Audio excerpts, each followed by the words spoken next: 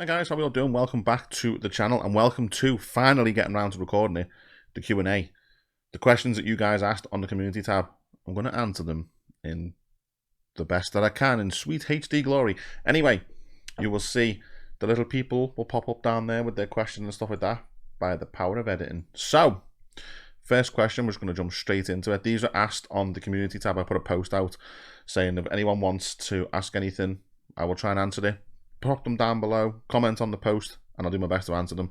So, the first one up we have is from Jason Brett. And Jason says, is there any lessons you've learned while being on YouTube and building an audience that you can pass on to aspiring creators? lessons that I've learned. Well, this is going to sound pretty cliche, and it's going to probably sound like every other Q&A that people do on YouTube, but it's just try to post semi-regularly. You don't have to upload every single day, but try and establish some form of a rhythm, some form of regular content. I was quite lucky in some respects that when this channel started, the lockdown had just happened in the UK, so I had 7-8 months worth of time to just smash out videos, and I was doing 2 to 3 a day, sometimes 4 plus a live stream. And it was really cool. It built the channel up to basically where it is now. A big chunk of the subscribers and the followers came probably from lockdown. A lot of people were sort of stuck in the house looking for music and things, and my channel just kind of got taken away by the YouTube algorithm, and it really did grow. So I'll say a lesson is try to be semi-consistent. You don't have to upload every single day, but try and get some form of consistency. So you want to be posting something every week. Some people upload once a week, twice a week, 3 times a week. You obviously get people that upload daily. The more content you can get out there, of course, is better, because it's obviously more videos, more impressions, more people looking at your channel. But it says, have you learned while on YouTube and building an audience? Again, the audience kind of thing comes from the consistency. If people see you upload regularly, they're more likely to subscribe so they can get the regular updates. They can see when you're posting videos. And yeah, they sort of get an idea of what your channel is about and how often it's going to be creating content. In terms of building an audience, alongside the whole uploads thing, this is just my personal thing. You've got to have some form of a personality. And this is kind of me as a viewer that I could probably say it comes from. I wouldn't watch someone that is kind of just, hello, today's video is about, because there's nothing there, there's nothing engaging. You've got to realize that a lot of people watch YouTube and they're chilling out. It's like a form of relaxing to them, so they want someone that's like they can kind of relate to, that's maybe a little bit funny or different, or has just got something going for them that people would want to watch and sit there and use your content as their entertainment and as their chill out times. Maybe they come home from work, I'll throw a bit of YouTube on. They're not going to want to come home from work, relax and sit watching someone that's just like, hi, I saw a cat today. Because it's not entertaining. It's really not. I mean, yeah, I saw a cat today. That's the example I go to. So don't be like me in terms of that response. But yeah, you get what I'm trying to say. You've got to have something that makes people want to follow you, that makes people want to come back and check what you're talking about, what you're uploading, all that kind of stuff. So yeah, pretty interesting question. Hopefully I can answer that the best that I can, if that's even an answer. But yeah, thank you very much, dude. Appreciate it. So the next one we have is from North Star. This guy is in my comments all the time. I see this name pop up quite a bit. He says, what do you think the next musical trend will be? Because it was dad rock a couple of years ago, like with Memphis Mayfire. Dad rock a couple of years ago with Memphis. Did Memphis Mayfire weren't really dad rock? They did go a little bit lighter. I would never class them as dad rock. Them being soft pop with the likes of A Day to Remember, that I can see. And now it seems a lot of bands have been going heavy again, especially as well because we had Bring Me the Horizon and Ed Sheeran collab with the Brits. Quite a lengthy question, but I just think it's quite an interesting topic. It is, dude. It really is. And you're not wrong in terms of music lately, especially from a metal fan anyway. A lot of the older bands that have been around for a while that kind of did turn off the heavy tap in a way, have now well and truly turned that heavy tap back on. It's interesting you mentioned the Bring Me the Horizon and the Ed Sheeran collaboration, because that in itself is probably a video in its own right. But Ed Sheeran is a fan of heavier music anyway. He's openly said that a good few times. He's joked around saying he wants to make a death metal album, and, well, it may not be a joke for much longer with what's going on at the minute. It's just trends. I don't mind some of the softer stuff. I mean, I'm one of them typical fans. When Bring Me the Horizon released the album that didn't have much going for it, I was a bit like, this is shit. This isn't Bring Me the Horizon. I want heavy. That's just kind of my thing. I like heavy music, but not all the time. And there's a way to do heavy. There is. I can understand to a point where you're coming from with the dad rock. I wouldn't necessarily say that Memphis Mayfire went full on dad rock, but they definitely did tone it down a little bit in terms of the heaviness. A Day to Remember definitely did. I mean, they started as kind of a hardcore / post-hardcore band. They've been going for a while, so yeah, they were well and truly ran in the hardcore days. They kind of went post-hardcore, then pop punk to a stage, to a point, and then they just hit the mainstream radio friendly with that album, You're Welcome. No, we're not fucking welcome. No, I don't want that anywhere near me. That's not welcome in my library. So yeah, it does seem to be this I wouldn't say a trend. Trend's probably not the right word to use, but a lot of bands have kind of gone full circle, if you like. So they started off with the heavy. They've kind of toned down a little bit, gone for the more post-hardcore-y sound. They've tried going the mainstream kind of, I say mainstream, but kind of radio-friendly, not as in-your-face, rah, Rasputin, that kind of thing. That's not that kind of thing. But they did try to go for the more radio-friendly appeal to a different audience, which there's nothing wrong with that, just not for me personally. And then it's just gone full circle. They've gone back to what they started with, what they know, and there's always going to be a demand for heavy music, especially, as probably people know, in the reaction scene, especially with Lorna Shore. Holy shit, when Will Ramos turned up. Damn, emotional damage. It was fucking insane. We all know. We've seen the videos. I've watched plenty of reaction videos to that breakdown with the snorty thing at the end. That kind of thing. I sound like a suffocating pug, but he does it a lot better. Yeah, I think it's just come to answer the questions kind of sensibly, if that's even a thing I'm capable of doing. It's just kind of come full circle, and they've gone back to the roots.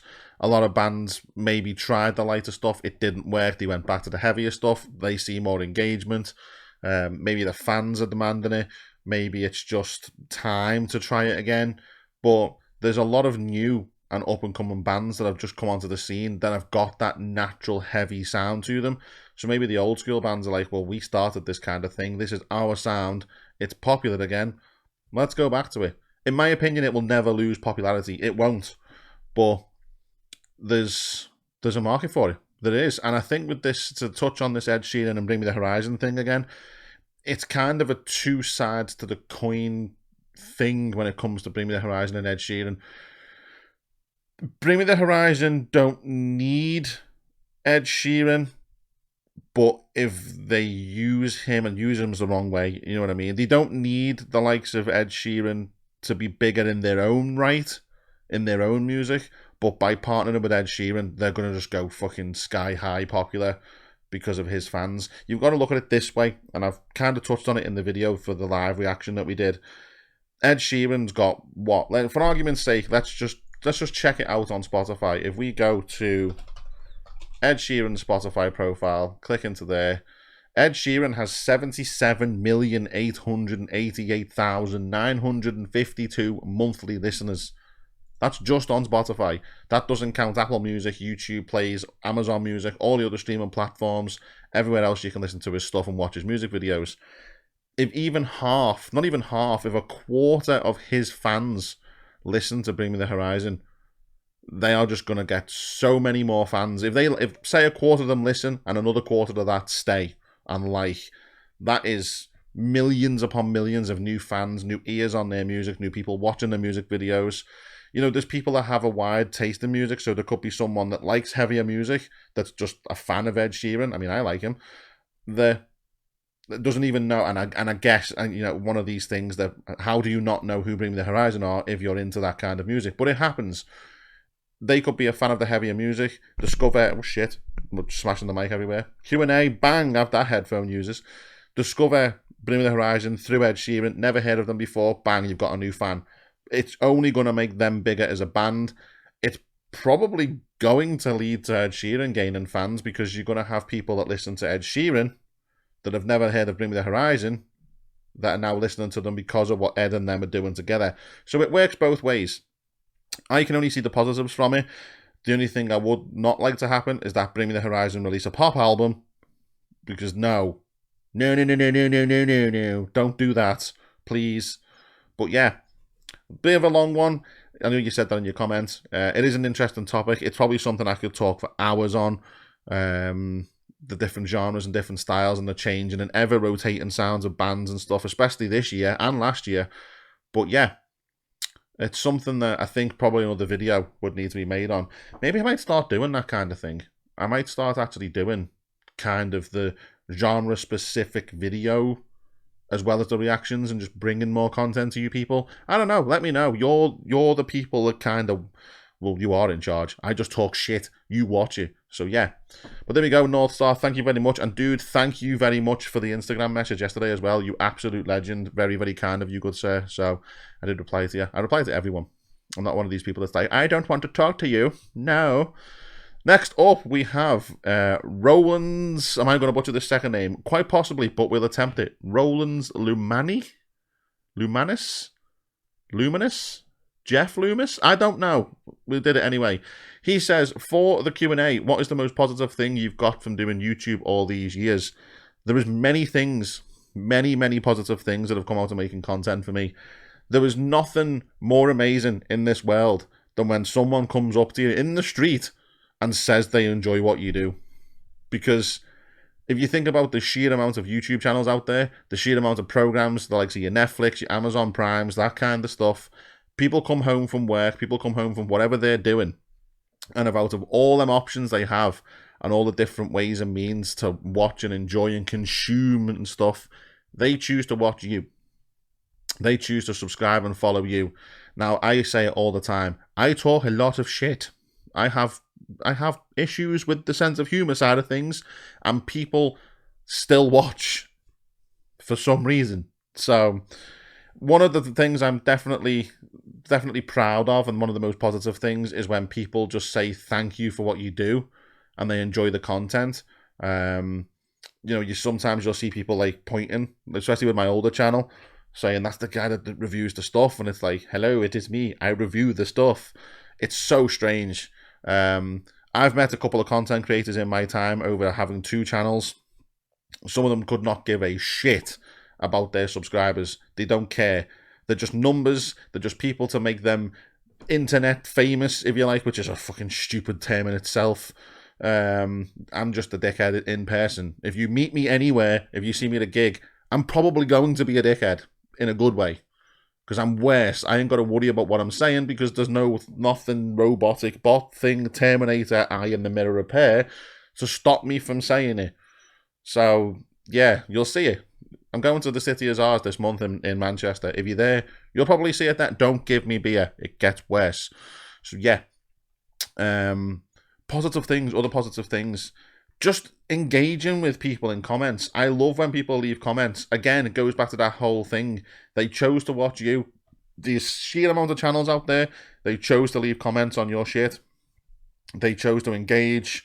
The Discord server, just having a laugh and a joke with the people who watch your content. It's simple, people. If the people that watch these videos didn't watch and didn't subscribe, I'd have no point to sitting here right now and talking shit. There'd be no point, because no one's watching it. So I will always be forever grateful for the followers and the subscribers this channel's got. It shouldn't have as many as it has. I don't know where you're coming from. You just keep appearing, and it's scary. It's just numbers of largeness. So yeah, I know the question was the most positive thing. What is the most positive thing? Okay, you can't just say one, There's not just it's a hard one. There's not really one that you can say that's like one of the most positive things. Because I get thanks from bands for just throwing their songs up on the channel. It's like they didn't ask me to, and I did it, and it's like I just discovered it, or subscribers asked for it. It's always nice to get thanks from the bands and shares and things like that because they appreciate the content and what you say about the music. That one's a hard one, just to say what is the most positive thing you got from doing YouTube all these years. It's hard. Even on the old channel, we raised thousands for charity a couple of times a year. We paid for one of my friend's funerals that died of a double brain tumor with proceeds of doing live streams and auctioning off things and stuff like that. We've done amazing things on the old channel and with this one. The old channel's gone now. It no longer exists. It's terminated. But it's hard to say just one positive because there's not really the most positive. They're all positive. I love everything I've done over the terms of the condition of service. I'm saying the terms again. The times. Over the time I've done YouTube on 2 channels, there's too many things to say that was the most positive because they've all been fucking awesome. I've done some amazing things in life with YouTube, and hopefully on more to come. But yeah, so thanks very much, Rolands, for that one. Hopefully that answers it in the best that it can, even if it just went around the world to explain it. The next one is from, this is a channel, I think, Constanval, CNSTNT Val, Constanval, I don't know. I apologize. Favorite album of all time? You motherfucker. I knew this one would be a question somewhere. Favorite album of all? I can't say Ice Nine Kills, can I? It was come out last fucking year, but it is amazing. Favorite album of all time? That's a hard one, dude. That to say of all time, because there's albums releasing daily, and that could become my favorite. I'm just gonna say, the favorite album right now, probably gonna be tough to beat, is still Welcome to Horrorwood, Ice Nine Kills. It is being listened to and played through so many fucking times now. I know exactly the words to every single song. I know what song's next, what's up next, all that kind of good stuff. It's phenomenal. It's a flawless masterpiece of an album. If you haven't heard it, what are you doing? Go and stop playing my video now. Pause it. Little button down the bottom, 2 lines. Pause that. Spotify. Welcome to Horrorwood, Ice Nine Kills. You're welcome. Spencer. Watch the music videos. Yeah. Not going down that route again. I've already done that a lot. Yeah. I'd say favourite album of all time currently at this moment in time is Welcome to Horrorwood, Silver Scream 2, Ice Nine Kills. Fucking phenomenal, flawless piece of music. So yeah, there we go. Next up, Anxiety Army 2016. I know this dude. That is Matthew. He is in my comments a lot. He slides into my DMs on the frequent basis of time. He says, what is the greatest moment of YouTube you've had so far and why? There's too many. Someone asked this question before. Greatest moment. I will let you into a personal story. Get a cold drink or a hot drink or a beer. Some drugs if you do that kind of thing. I wouldn't advise it. Don't do drugs, kids. One of the greatest moments, probably the greatest moment, and it's not from this channel, but you'll probably understand why. So I used to do the vape reviews on YouTube, and I obviously was involved with a lot of different people, met a lot of different people, and one of my friends at the time, he was going out with a girl. Now, his girlfriend's job was to look after very, very terminally ill children, and I am super fucking proud of what me and my community managed to do for this little girl. So she had a terminal illness, and the only way I can describe it, or the condition that she had, I can't remember exactly what it was called, but her body grew, and she grew up like a normal person, but her bones didn't. I think I'm saying this right. Her bones didn't grow with her body. So basically what happened is as all her internal organs began to grow and her body began to grow, her bones didn't follow. So as she got older, she would basically suffocate to death because there wouldn't be enough room for her lungs to expand in the rib cage. And honestly, this it was heartbreaking to see. I met the girl. I met her a couple of times. And I seen it, and it broke me to a point where I was like, we have to do something here. We have to try and do something, or like make the quality of life that she has just better and more bearable for it. Now, this girl was, I think she was 7 or 8 when I met her.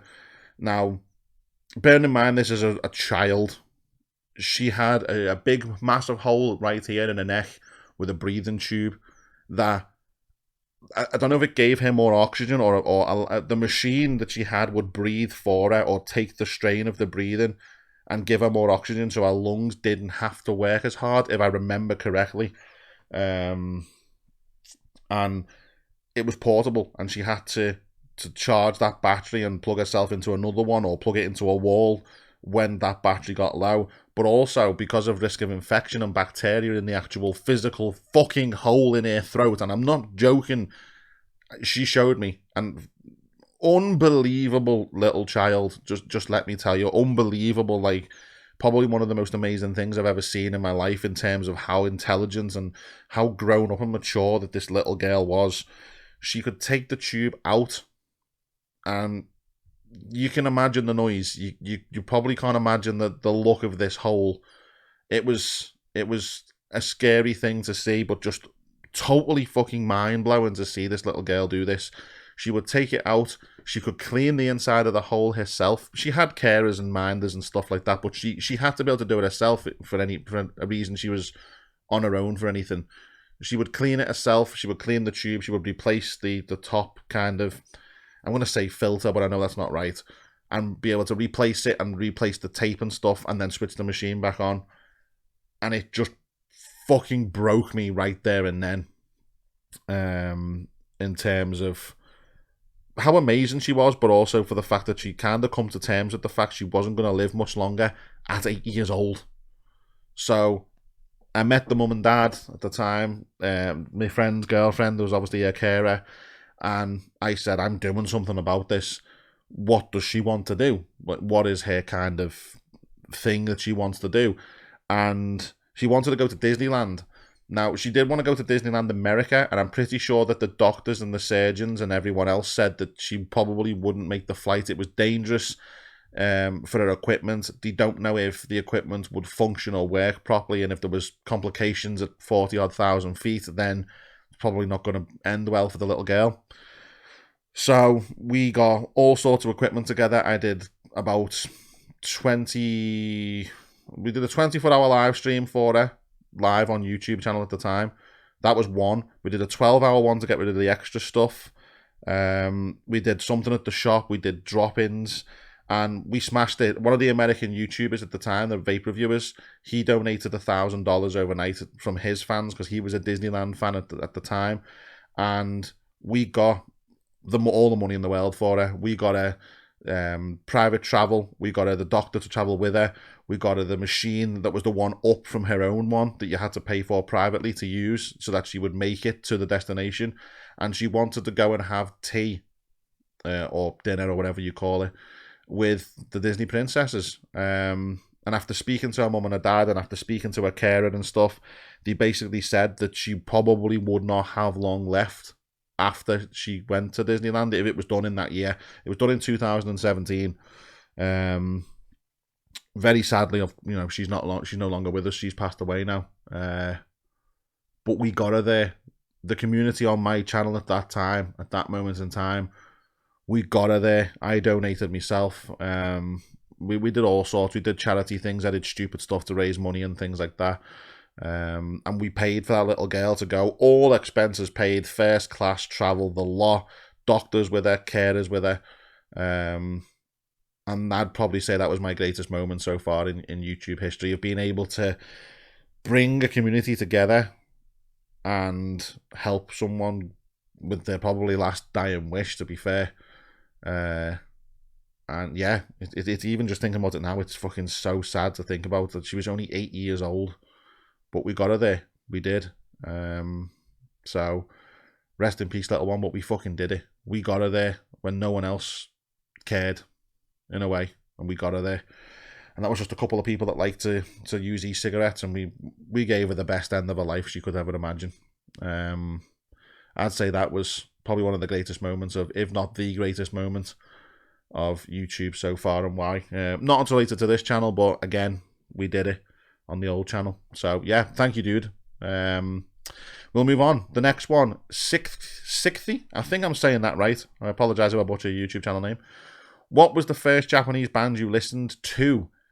I think it was Baby Metal. I think it was Baby Metal.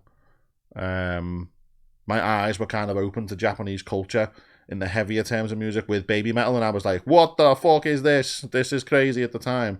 And now obviously it's gone Deviloof, Bandmade, all them kind of Japanese bands that you've got out there that I'm into. It's just blown up as a result of this channel. But I'd say the first one, if I remember right, it was in Kerrang like years ago. It was Baby Metal. I think it was. They were like, there's these girls and they're all heavy and there's heavy metal and it's coming out of Japan, and I was like, what the fuck is this? And I listened to it. So I think it was Baby Metal, first Japanese band. I'm going to say it was. Yeah, we'll stick with that one. Next one up, Pugcore. Hey, fellow reactor. Any tips of encouragements for small reaction channels? Probably the same as I said up to the top of the first question with Jason there. Try and stick with it. Try and get some kind of consistency going. One thing I will say, this is definitely a tip I need to give for people, especially people wanting to do reaction videos and stuff within the music scene. Don't put all of your eggs into one basket in terms of certain artists and bands to do reaction videos to.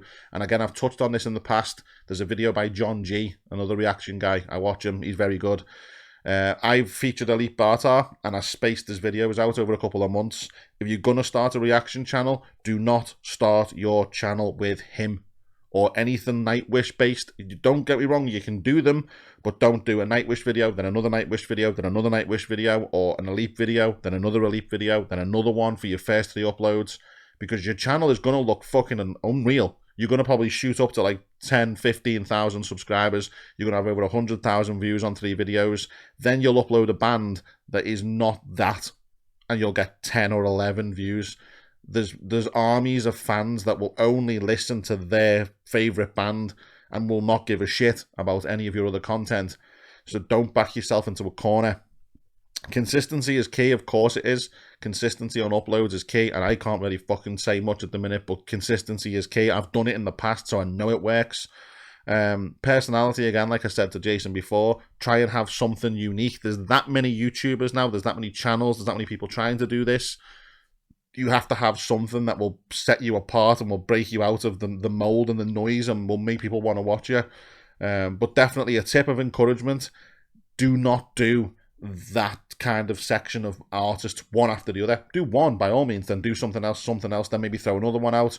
Don't do Nightwish, or Aleep, because it will kill your channel. It'll look fucking amazing for the first couple of weeks with all the views you're getting and all the subs you're getting, but then you'll drop another band, like whoever, it could be anyone, like we were saying before, it could be Ed Sheeran or something. That will probably get you an element of views, but it will not get you anywhere near the level you get with Aleep and Nightwish and things like that. Their fans are armies and will take over your channel and will comment, do another Nightwish song or do another Aleep song on different artists' videos, and it doesn't look good. So don't back yourself into that kind of corner. Enjoy yourself. Upload what you want. So you could listen to me and be like, shut the fuck up, it's my channel. And you are well within your rights to do that.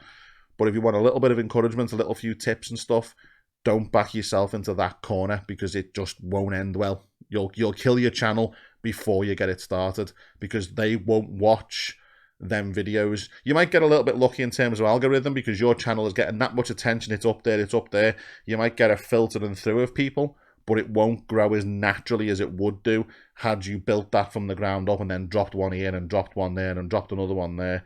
But other than that, upload what you want, dude. Go for it. You know, promote the bands, promote what you like, build a community. Good luck with it. I'm subscribed to him. I think he's cool. He's doing well. The channel's getting up there now. But yeah, just keep at it. Keep plugging away. YouTube is hard. It's not easy. I've had 2 channels now. This one, yeah, it's growing a lot. It's growing very fast, but it's not easy. It's not overnight. It's not like you're going to become Mr. Beast in the morning. But yeah, just keep working at it and keep yourself up to date with your industry. So in terms of mine, it's alternative metal music. I'm constantly looking through my subscriptions tab. I'm subscribed to every label. I'm subscribed to other reaction channels, so I can see if they pop something up and I haven't seen the release for the song. I'm like, oh, that's new. They've done it. I'll have a little look myself. But yeah, every independent YouTube channel, every label, so I'm on like the likes of Dreambound are there, Fearless Records, Sumerian, Sharptone, Rise, Horizon Empire, that kind of stuff. For your niche, your particular channel, what it's based on, make sure you're plugged into all the information. Check the forums regularly, keep on up to date with your magazines and stuff, and just have a general knowledge and know-how of what's coming out, when, where, all that kind of stuff. But yeah, hopefully that answers your question. If you want to know anything else, drop a comment on this one, and I'll go into it in a bit more detail. But good luck with it. Keep uploading, dude. Consistency. Keep on spamming your content out, and eventually your channel will get picked up. It's just all about keeping at it, keeping going. Personality as well. Personality is key. And one thing I would always say is try and put yourself across in your videos. Show your kind of personality, because people can relate to it. Where people always say to me, where the fuck does your sense of humour come from? I've laughed at it, I enjoyed it, I subscribed. Or your knowledge of guitars or tunings or things like that. You've got to have something to offer and have a personality with something to back it up. You only get so far with making people laugh. Sometimes it can look forced and you've got to be careful with it. So, yeah. But there we go. That is the questions. They are all the questions that came in. Thank you very much, people. That was fucking awesome. If you like this kind of video, then let me know again and I'll make more. But yeah, I'll leave it there. Just over half an hour's worth of video, I think. So I've rambled on enough and spoke shit for long enough. But there you go. There's your questions answered. So thanks very much for watching. I will see you all on the next video. Take care. And yeah, bye for now.